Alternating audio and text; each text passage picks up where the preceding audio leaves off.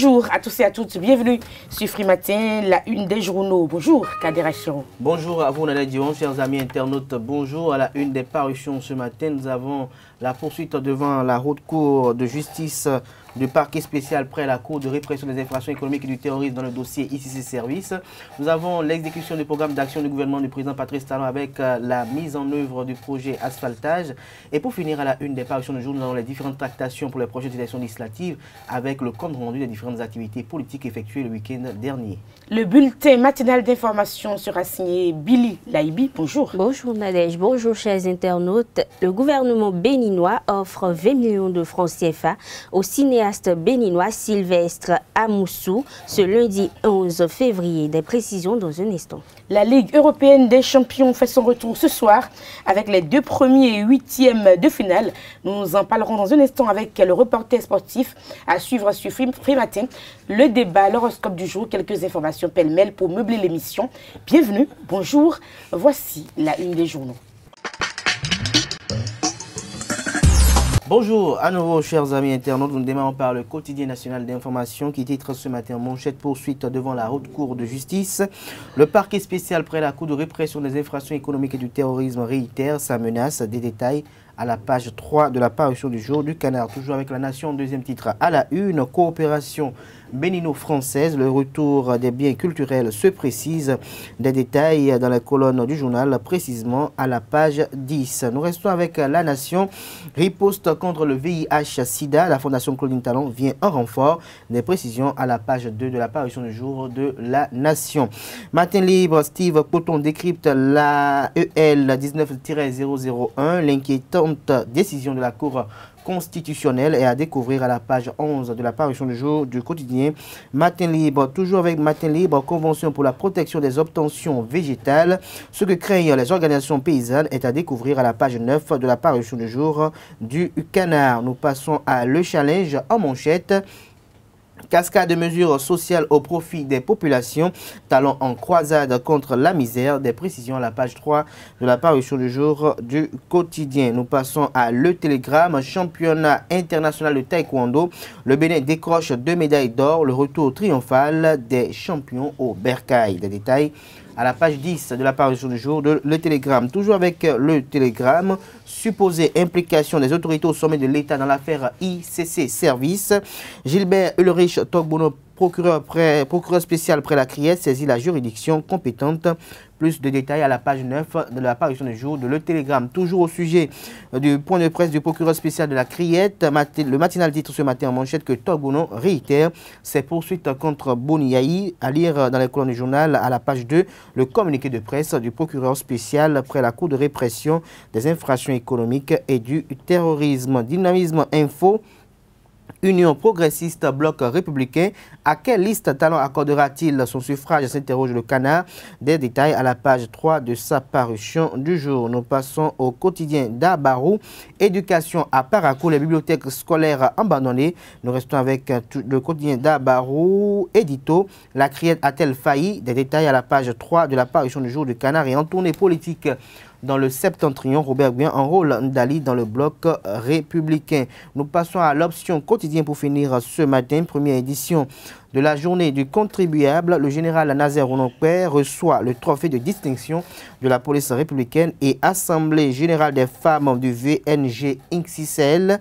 Les femmes se mobilisent pour la victoire de l'UDBN dans la 19e circonscription électorale. Merci à vous Kader Achirou. Voici le bulletin matinal d'information sur Free Matin.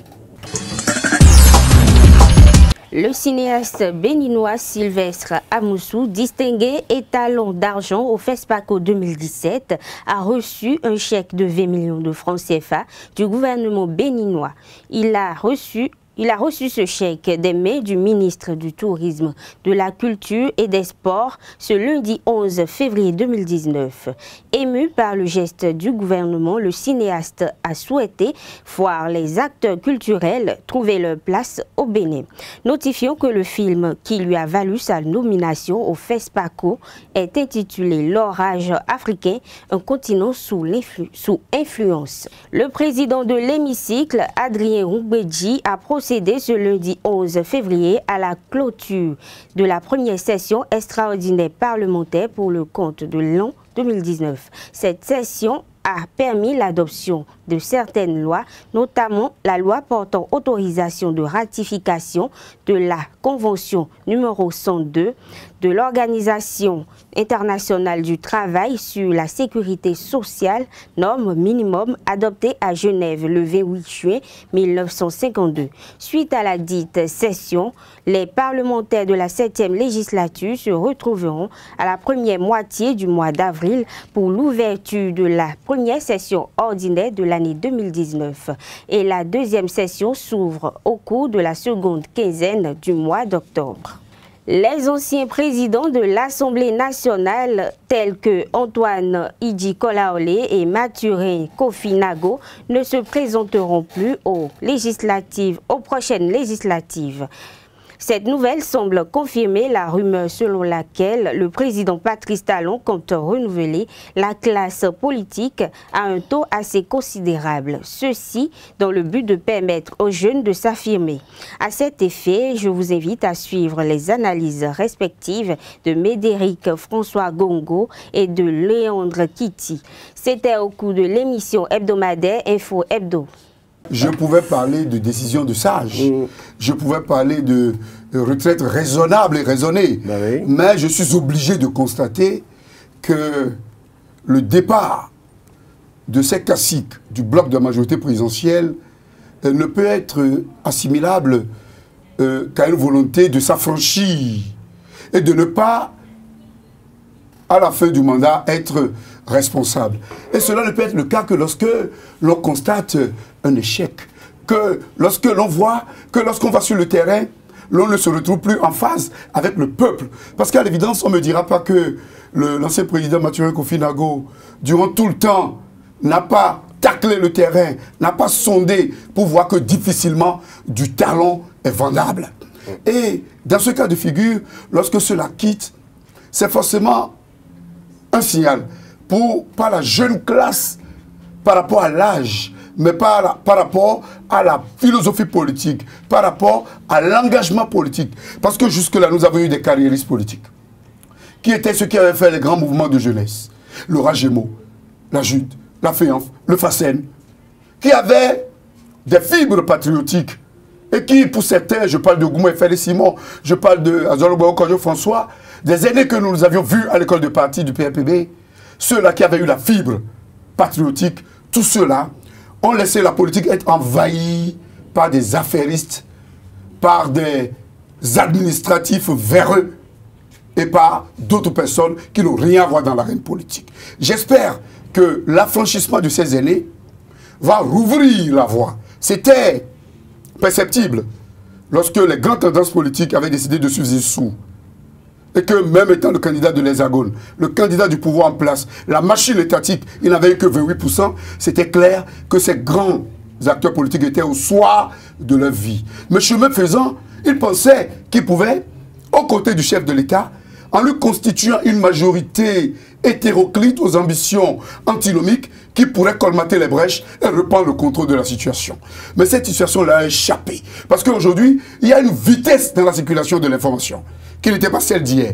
Aujourd'hui, il y a un aiguisement de la conscience du peuple où tout le monde est informé de tout et tout le monde veille sur tout. J'ai toujours dit Patrice Talon a un mandat chrono en main. Autant d'ambition pour 5 ans, avec l'espoir d'être porté en triomphe à la fin, on est obligé parfois d'aller à la vitesse de la lumière.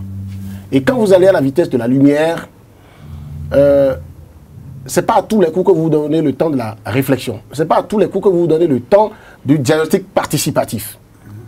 Et c'est pourquoi on a l'impression que le gouvernement actuel, on a l'impression qu'il ne permet pas que le débat se fasse largement.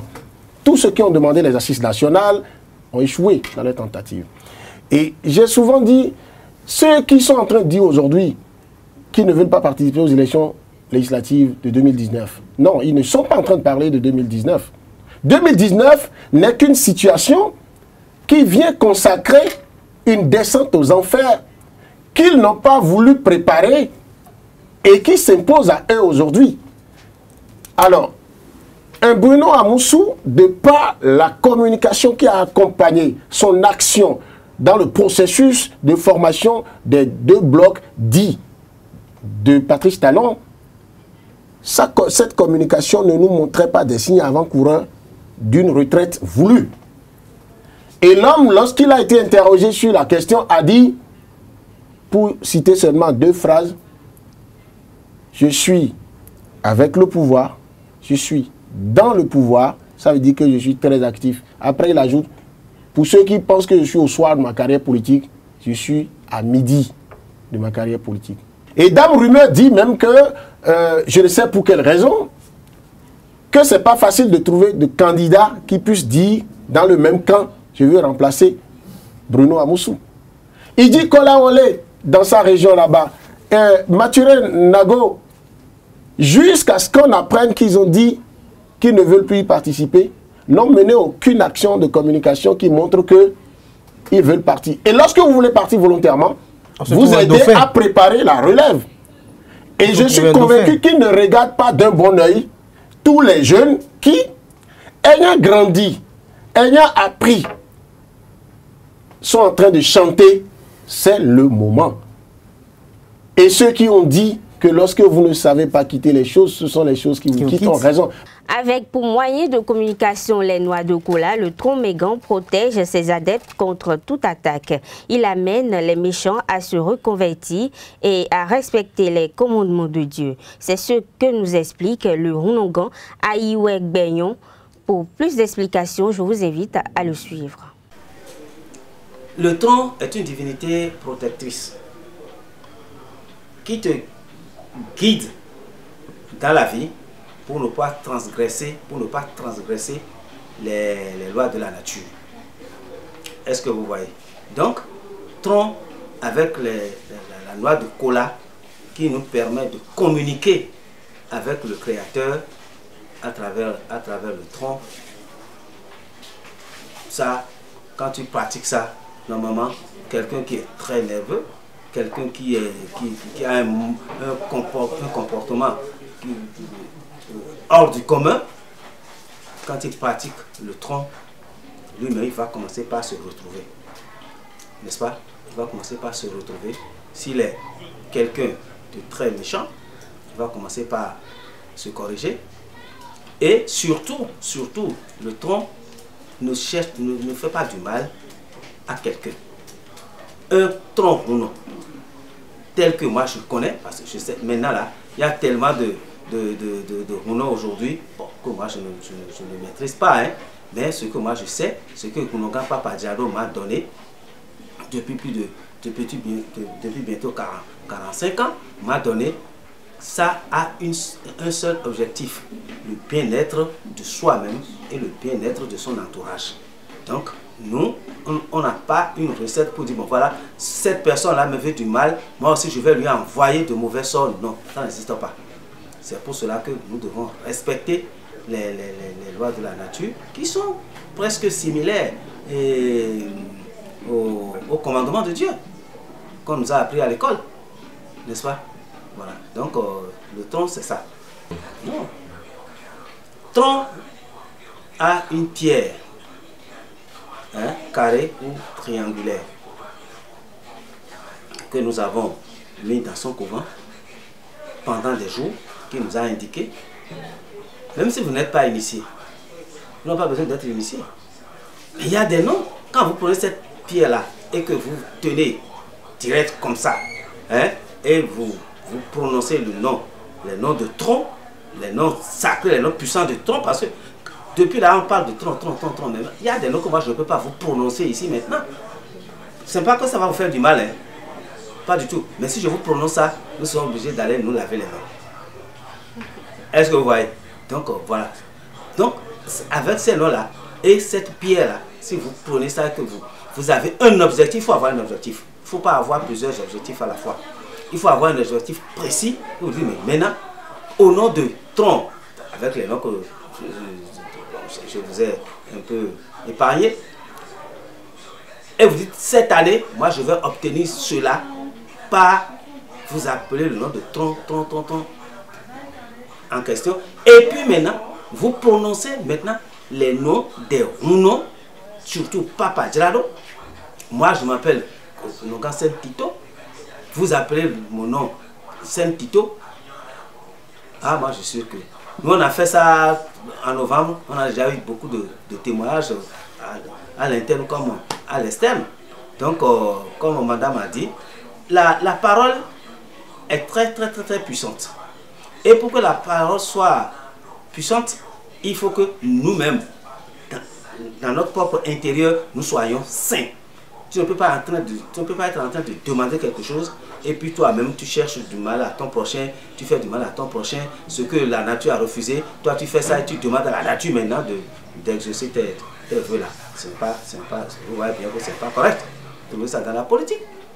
Vous allez trouver ça au niveau des royaumes, hein, qui vont dire qu'ils sont des rois. Vous allez trouver, bon, on ne sait pas même, on ne sait même plus. Ça n'a plus, il y a 40 ans, hein, l'organisation qu'il y avait avec les anciens qui ont amené le trône au Bénin ici, là, ce n'est plus ça. Est-ce que vous voyez? Donc, moi, je demeure tel que Papa Djado ce qu'il m'a enseigné.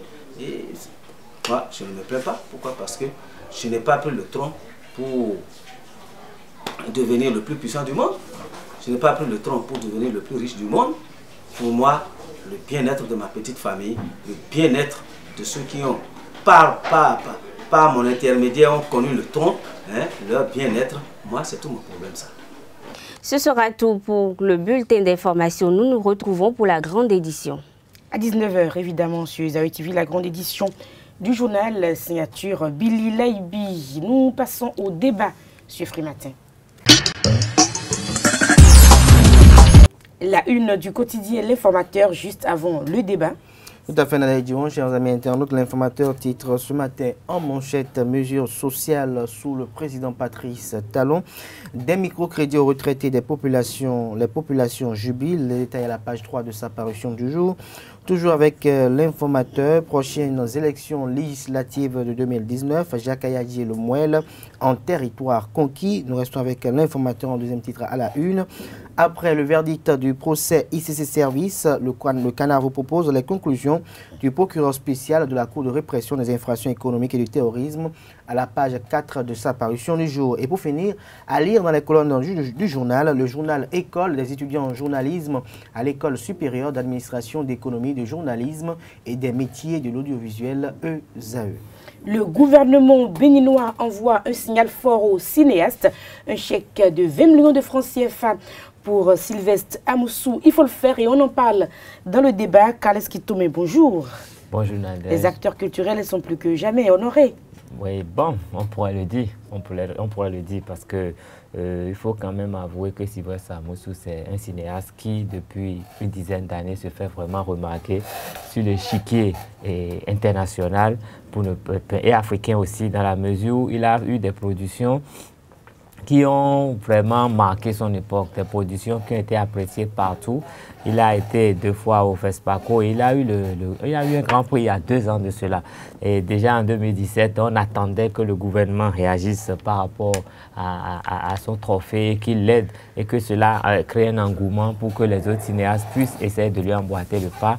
Bon, ça n'a pas été fait à cette époque. En 2019, c'est fait, mais on ne peut pas dire que c'est trop tard dans la mesure où, entre 2017 et 2019, on a vu que Sylvestre Amoussou a tiré les cinéastes béninois vers l'avant. Il a dirigé plusieurs formations en dehors du Bénin où il s'est arrangé pour que les cinéastes béninois soient fortement représentés pour partager avec eux ses connaissances. Il a animé des ateliers ici à Cotonou, à l'Espace Chief, à l'Institut français. Il a fait des projections de ses films suivis de débats pour que les autres acteurs culturels, sinon les autres cinéastes béninois, puissent quand même s'imprégner un peu de comment il a pu arriver à ce niveau. Il s'est entretenu avec les acteurs, avec les réalisateurs, en fait toute la chaîne du cinéma. Donc il a essayé de partager avec eux son savoir. Et ça fait 2 de ces films qui ont vraiment été distingués de façon spéciale, qui ont fait le tour de l'Afrique. Et c'est bien aujourd'hui que le gouvernement béninois lui reconnaisse ses mérites et que le gouvernement béninois lui fasse ce petit geste on peut dire que c'est petit parce qu'on sait qu'en cinéma, les budgets ils sont colossaux. Mais ce geste quand même va donner, va apporter de l'eau à la bouche des autres acteurs qui vont essayer de bien faire. Et ce ne serait que pour le bonheur du monde culturel. C'est vrai que les acteurs culturels depuis 2016 se plaignaient que le fonds des aides de la culture ne démarrait pas, les gens se sont plaints, mais j'ai bien l'impression que le gouvernement a pris le temps de revoir un peu comment tout se passe dans le système, de remettre les choses en place avant de relancer les financements et de croire depuis octobre-novembre, les financements ont commencé à sortir. Ce n'est pas que Sylvestre Amoussou qui peut se réjouir aujourd'hui, mais l'ensemble des acteurs culturels béninois ont quand même senti que le gouvernement de la rupture n'est pas tout à fait muet à ce qui est culturel et vraiment c'est à saluer et souhaitons que ça puisse continuer. On peut regretter que le Tchimo Oussou n'ait pas implanté son projet ici au Bénin, mais je crois qu'avec cette allure, on peut changer beaucoup de choses et faire avancer le cinéma béninois. Alors, Kader Achirou, aujourd'hui, quelle image avez-vous du cinéma béninois? Non, on ne peut que se réjouir de cette action qui a été effectuée par le gouvernement du président Patrice Talon, dans le sens que d'aucuns diront enfin. Et je crois que mon vis-à-vis a déjà tout évoqué déjà, je ne pourrais pas le répéter. Mais vous, Kader Achirou, quelle image avez-vous de notre cinéma? Il vous arrive de suivre les acteurs du cinéma, de suivre un tout petit peu nos films? Le problème, si, avant de venir à votre question, j'aimerais quand même inviter les uns les autres, les différents cinéastes, à ne pas, je dirais, émousser leur ardeur et de persévérer en espérant qu'un jour, tôt ou tard, le gouvernement aura quand même un clin d'œil à leur endroit. En ce qui concerne le cinéma béninois, je pense que ce cinéma peine à trouver un bon élan parce que nous-mêmes béninois, nous ne consommons pas local. Nous arrivons à prendre du temps à 21 h avec des guerres dans les foyers, à suivre les feuilletons, alors que peut-être à 21 h, si on nous programmait ne serait-ce qu'une série qui a été réalisée par des cinéastes béninois, on allait dire voilà, qu'est-ce qu'ils fabriquent encore, c'est de la niaiserie, parce qu'on n'accepte pas, ce qui vient de chez nous. Nous arrivons à suivre avec beaucoup, je dirais, d'amour et de sympathie les films qui viennent du Nigeria, du Ghana et même du Togo, mais nous n'acceptons pas suivre les comédies de Pipi Wobaro, nous n'acceptons pas suivre les films réalisés par Onko Baza, nous n'acceptons pas suivre certaines choses, ce qui n'est pas du tout agréable. Il n'y a que les acteurs culturels eux-mêmes qui suivent ces films. Donc, quand nous fuyons finalement le reflet de notre société, parce qu'on le veut ou non, le cinéma béninois reflète un peu la société béninoise. Voilà, la société béninoise. Vous allez voir que la plupart de ces films, généralement, il n'y a que des parties, quelques extraits comiques qui sont extraits de ces films par les acteurs culturels eux-mêmes qui sont envoyés sur les réseaux sociaux. Il n'y a que cela que les gens suivent. Mais ils sont incapables de vous dire, voilà, tel film qui a été réalisé par X ou Y, non, il ne peut pas le faire. Il faut qu'un travail psychologique soit effectué déjà au sein, dans la tête des populations, avec de concert avec la télévision nationale pour que désormais l'État puisse essayer quand même d'imprimer une certaine marque pour que désormais s'il doit avoir feuilleton peut-être sur une télévision nationale, que peut-être cela soit envoyé peut-être à 23 h pour voir si les gens vont rester toujours en éveil pour ça et que aux heures de 21 h et dans la journée qu'il n'y ait que des cinémas réalisés par des Béninois, des nationaux pour permettre que les gens puissent être contraints à suivre cela. Vous allez voir qu'avec le temps ils vont prendre l'amour de suivre cela et on ne dira plus rien à personne d'aller peut-être dans un feu acheter un CD qui a été effectué par ou bien imprimé par Pipi Wobaro ou bien peut-être pas qu'on a les abonnements et que les Béninois s'ils n'adhèrent pas vraiment ils pourront toujours zapper. Aller sur une chaîne, sur les chaînes étrangères. Je crois que quand il y a une volonté gouvernementale de vouloir coûte que coûte atteindre un objectif, avec les télévisions, je crois que ça se passe de manière, je dirais, peut-être plus ou moins parce que là maintenant, même pour si on peut faire des sondages actuellement, même pour consommer la télévision nationale, il y a quand même quelques difficultés actuellement au Bénin. Donc c'est pour dire qu'avec le développement, les abonnements étant... Il faut faire noter une chose que si l'État a déjà la volonté et que la télévision nationale, les différentes chaînes privées, on leur a impliqué cela on leur a imposé cela que désormais, aux heures de 21 h, 20 h où les gens avaient l'habitude de voir, de suivre. Mais le risque est là qu'ils peuvent perdre l'audience et si l'audience est perdue. Et que l'État dit que si vous le faites en tant que chaîne privée, je vous donne telle chose en contrepartie, alors automatiquement les chaînes privées vont prendre cela en compte, vont le faire parce que ça vient de l'État, c'est pour le bonheur. Alors Khaled Kitome. Je crois que pour régler la question, comme il a évoqué, c'est d'abord une volonté gouvernementale. Parce que s'il n'y a pas cette volonté, ça va être difficile. Mais il faut remarquer que nous perdons l'habitude des bonnes choses. Nous avons perdu l'habitude d'aller au cinéma. c'est déjà un problème, alors que nous n'avons pas des informations. Il n'y a pas de salle de cinéma. Non, les gens, j'ai dit, nous avons perdu l'habitude.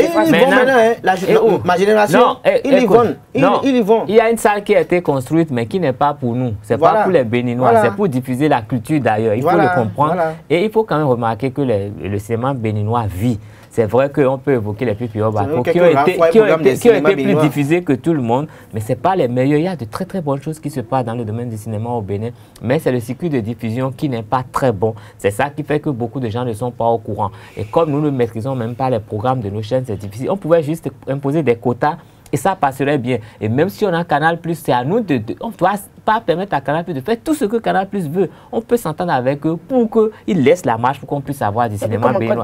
Pour que notre culture puisse passer.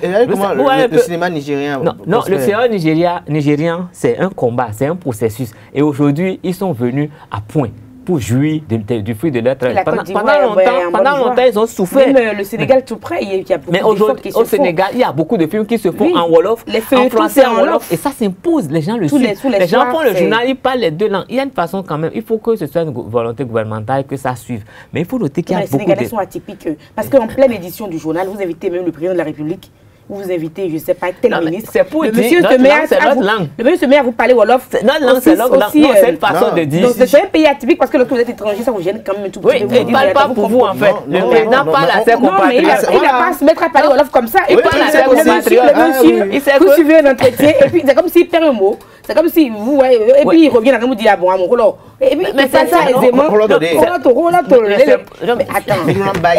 Vous dites, mais en tant qu'étranger, c'est un choc pour vous. Il ne vous regarde pas. Quand le président américain parle, il ne vous regarde pas, en fait. Quand il veut insulter les Africains, il ne s'adresse pas aux Africains. Il s'adresse aux Américains, il traite les Africains avec tous les mots qu'il veut. Il faut oser l'écrire. Non, je suis d'accord. Mais je crois que ça permet quand même de sauvegarder une partie de leur culture. Sinon, il y a plein d'événements qui se passent sur le plan. Et vous oblige à comprendre le langue. Oui. Moi, je l'ai dit dans mon pays, il y a plusieurs langues déjà que je ne comprends pas. Je ne vais pas augmenter à ça le Wolof. Il fallait pas aller chez eux. Il fallait pas aller chez eux. Mais si vous allez aux États-Unis, vous êtes obligé de parler anglais. Non, je ne suis pas obligé. Si vous allez en France, je ne suis pas obligé. Si vous allez aux États-Unis, vous allez manger quoi, vous allez vivre comment? Je vais m'arranger pour manger, pour boire, sans parler de langue. Je vais créer ma communauté. Ma communauté, la communauté des Français résidant aux États-Unis. On aura notre restaurant, on aura tout ce que vous voulez. Mais vous allez prendre le bus en français aussi. Oui, pourquoi pas. Il faut remarquer quand même qu'il y a beaucoup d'événements cinématographiques qui ont lieu au Bénin. Il y a récemment le festival du cinéma numérique qui est né, ça fait déjà 3 éditions en près de 6 ans. C'est quand même beaucoup de choses. Il y a Lagune Image, ça fait 20 ans que ça existe. Est-ce que ça continue, ça, Lagune Image? C'est un festival de documentaires, de ciné et de télévision. Ça fait déjà 20 ans, ça continue. Mais ça a perdu quand même quelque chose avec Lagune Image. Avant, on savait qu'il y avait de Lagune Image. Oui, le circuit de diffusion était beaucoup plus important. Il y avait beaucoup plus de moyens. Il y avait beaucoup plus de moyens, ils communiquaient beaucoup. Il y a même un festival pour le cinéma agricole au Bénin qui se passe pratiquement tous les ans. Il y a un festival pour le cinéma chrétien. Il y a le projet Bellywood qui veut créer comme un Hollywood. Hollywood, c'est comme Hollywood, le village du cinéma américain. Aujourd'hui, il y a Nollywood au Nigeria, il y a Gallywood au Ghana. Et les Béninois, ça fait pratiquement 10 ans qu'ils sont en train d'essayer de mettre sur pied. Non, ça existe, mais ils essayent de l'imposer. C'est vrai que la mayonnaise n'a pas encore vraiment à point. Et quand on suit les séries, ça pas bon, dirigé par Claude Balogun et sa structure, Gang en Prod, et tous ceux qui sont dedans, c'est vraiment instructif. Et ça passe vraiment aujourd'hui rien que sur les réseaux sociaux. Mais ça laisse quand même des traces. Il y a Sanvi Panou qui fait beaucoup de choses pour valoriser le cinéma béninois. Il y a Jimon Oussou, il y a les autres acteurs, le président, Serge Yéhou, plein de gens qui essayent de faire quelque chose. Il suffit que le cinéma américain a prospéré parce que l'État américain a fait passer sa communication par le cinéma et a mis beaucoup d'argent. Tout ce qui se passe dans le cinéma africain, c'est ce que les Américains réalisent plus tard. Et donc, il faut avoir une vision prospective pour que ça marche véritablement. Merci à vous, Khaled Sitoné Kader Achirou. C'était le débat sur Frimatin. Nous passons au sport et puis à l'horoscope du jour. En foot, Ligue 1 du Bénin 2018-2019, Ibrahim Aboudou et l'association du port autonome de Cotonou, ASPAC, c'est fini. L'entraîneur Ibou a annoncé hier soir, à travers un message publié sur les réseaux sociaux, la fin de son deal avec le club portuaire. Le thème deal me dérange un tout petit peu, mais on va y aller. Ok, le thème deal signifie tout simplement le contrat qu'il y ait les deux parties. C'est simplement, c'est un mot prêté à à l'angle. Oui, mais utilisé généralement dans le cadre des dealers de drogue. Donc. Non, pas du tout, pas du tout, ce n'est pas ça. Quand on parle du deal dans ce contexte, c'est uniquement le contrat qui lie deux parties. Et je vais vous donner l'étude d'un extrait du message que le coach Ibrahim Aboudou a publié hier sur son profil Facebook. Ce qui se tramait et se préparait dans les coulisses depuis quelques semaines est enfin sorti. Je ne suis plus, depuis ce matin, le coach de l'ASPAC. C'est ce que le technicien béninois a publié sur son compte Facebook.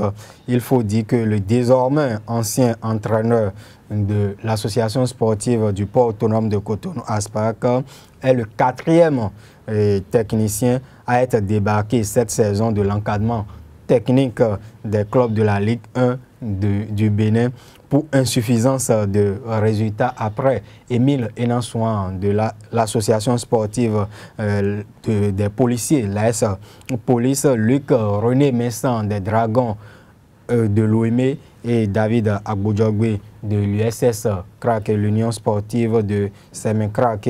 Il faut simplement dire que comme bilan lors des 3 derniers match à la tête de l'ASPAC, Ibrahim Aboudou a enregistré une victoire et concédé 2 défaites consécutives.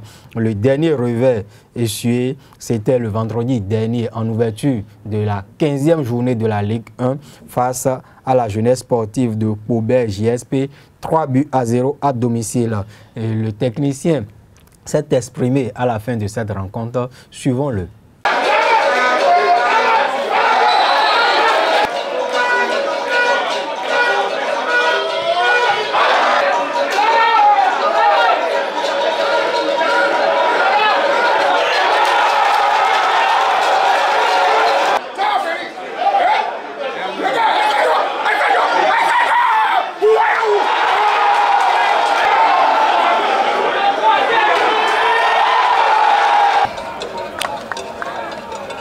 Je peux dire que c'est un jour sans. C'est un jour sans parce qu'on a payé cash nos erreurs qu'on a commises. Et au moment, à chaque fois quand on a le match en main, on commet une erreur et ça se paye cash. Sinon l'adversaire, je dis félicitations à l'adversaire, mais l'adversaire ne nous a rien montré. Il nous a manqué d'efficacité depuis quelque temps. C'est pas grave. Je tiens à encourager mes joueurs pour vous qu'ils ne baissent pas les bras et on continue le travail. La suite serait bonne, Inch'Allah.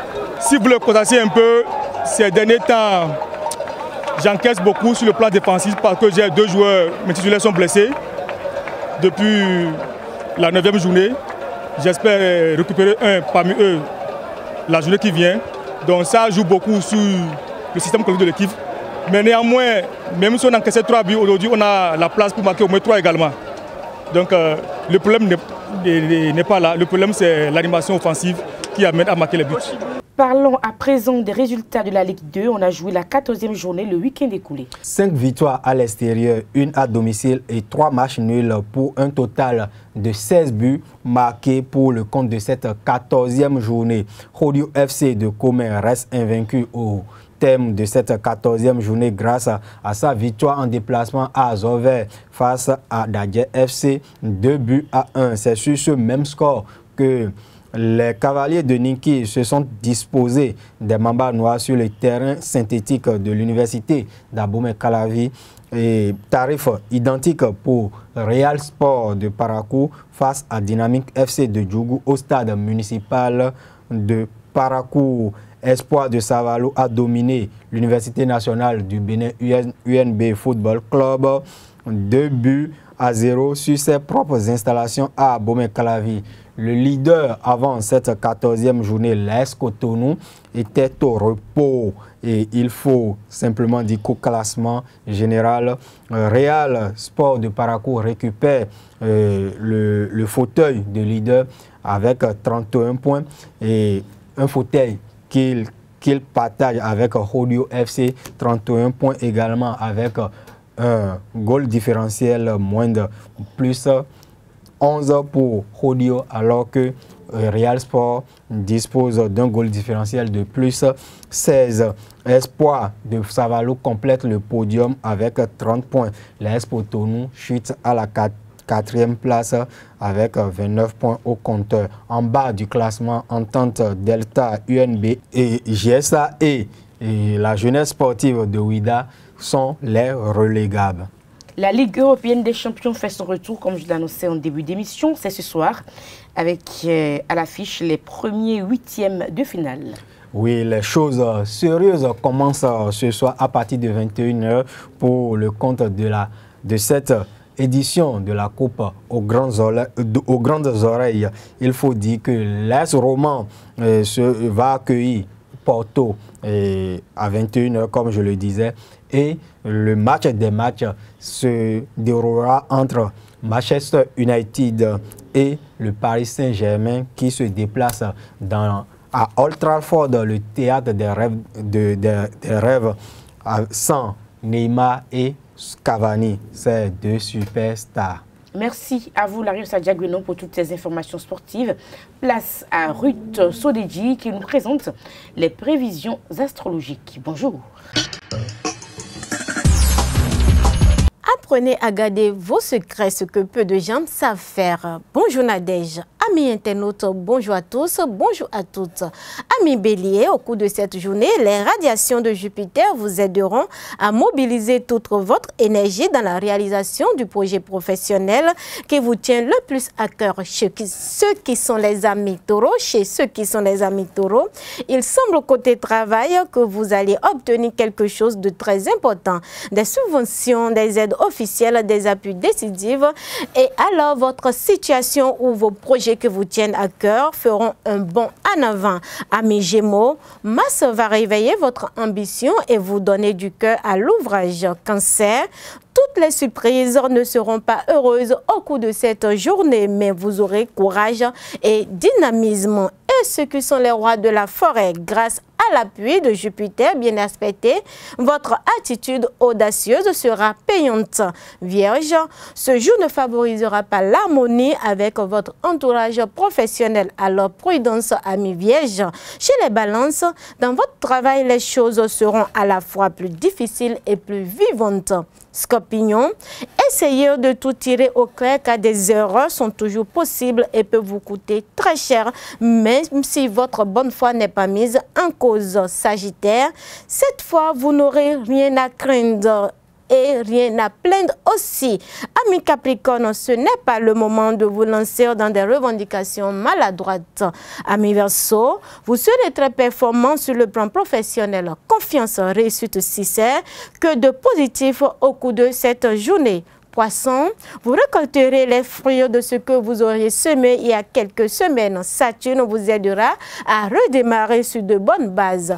Chers amis internautes, apprenez à garder vos secrets, ce que peu de gens savent faire. Agréable journée à vous. C'est la fin de Free Matin. Merci pour l'attention. À demain pour un autre numéro. D'ici là, portez-vous bien. Au revoir.